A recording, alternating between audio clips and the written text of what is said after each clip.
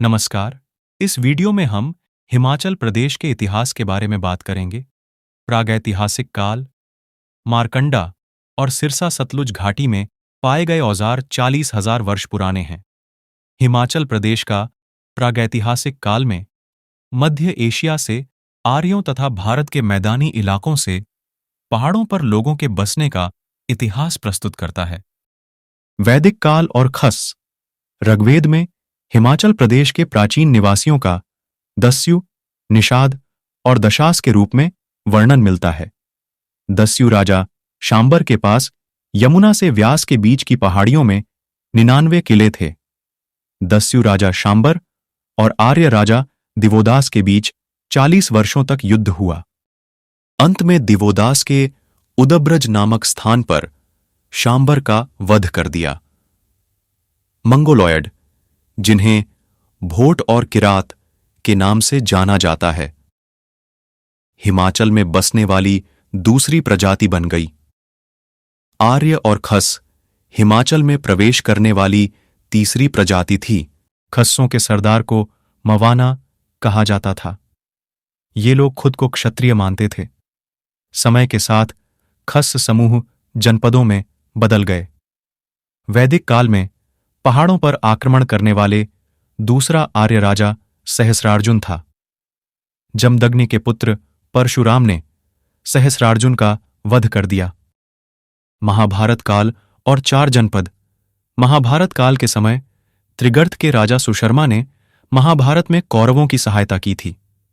कश्मीर, औदुंबर और त्रिगर्त के शासक युधिष्ठिर को कर देते थे। कुल्लू की कुल देवी राक्षसी देवी हडिम्बा का भीम से विवाह हुआ था। महाभारत में 4 जनपदों का वर्णन निम्नलिखित है। औदुंबर। महाभारत के अनुसार औदुंबर विश्वामित्र के वंशज थे, जो कौशिक गोत्र से संबंधित थे। कांगड़ा, पठानकोट, ज्वालामुखी, गुरदासपुर और होशियारपुर आदि क्षेत्रों में औदुंबर राज्य के सिक्के मिले हैं। ये लोग शिव की पूजा करते हैं।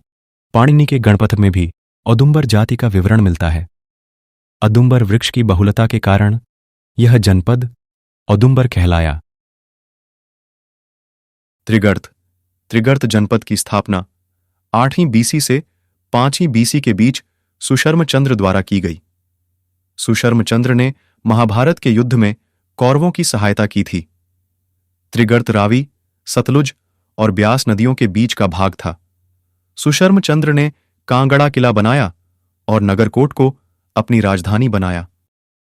कुल्लूत। कुल्लूत राज्य व्यास नदी के ऊपर का इलाका था। इसकी प्राचीन राजधानी नग्गर थी। कुल्लू घाटी में राजा विर्यास के नाम से 100 ईस्वी का सबसे पुराना सिक्का मिलता है। इस पर प्राकृत और खरोष्ठी भाषा में लिखा गया है। कुल्लू रियासत की स्थापना प्रयाग, इलाहाबाद से आए विहंगमणिपाल ने की थी। कुलिंद।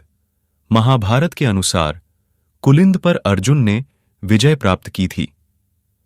कुलिंद रियासत व्यास, सतलुज और यमुना के बीच की भूमि थी, जिसमें सिरमौर, शिमला, अंबाला और सहारनपुर के क्षेत्र शामिल थे। सिकंदर का आक्रमण। सिकंदर ने 326 बीसी के समय भारत पर आक्रमण किया और व्यास नदी तक पहुंच गया। सिकंदर का सेनापति कोइनोस था। सिकंदर ने व्यास नदी के तट पर अपने भारत अभियान की निशानी के तौर पर 12 स्तूपों का निर्माण करवाया था, जो अब नष्ट हो चुके हैं। मौर्यकाल। सिकंदर के आक्रमण के पश्चात चंद्रगुप्त मौर्य ने भारत में एक विशाल राज्य की स्थापना की। कुलिंद राज्य को मौर्यकाल में शिरमौर्य कहा गया, क्योंकि कुलिंद राज्य मौर्य साम्राज्य के शीर्ष पर स्थित था। कालांतर में यह शिरमौर्य सिरमौर बन गया। चंद्रगुप्त मौर्य के पोते अशोक ने मजिम्म और 4 बौद्ध भिक्षुओं को हिमालय में बौद्ध धर्म के प्रचार के लिए भेजा। मौर्योत्तर काल। मौर्यों के पतन के बाद शुंग वंश पहाड़ी गणराज्यों को अपने अधीन नहीं रख पाए और वे स्वतंत्र हो गए। ईसा पूर्व प्रथम शताब्दी के आसपास शकों का आक्रमण शुरू हुआ। शकों के बाद कुषाणों के सबसे प्रमुख राजा कनिष्क के शासनकाल में पहाड़ी राज्यों ने समर्पण कर दिया और कनिष्क की अधीनता स्वीकार कर ली। गुप्त काल। गुप्त साम्राज्य की नींव चंद्रगुप्त प्रथम के दादा श्री गुप्त ने रखी। समुद्रगुप्त, भारत का नेपोलियन, इस वंश का सबसे प्रतापी राजा था। हूण। गुप्त वंश की समाप्ति का मुख्य कारण हूणों का आक्रमण था।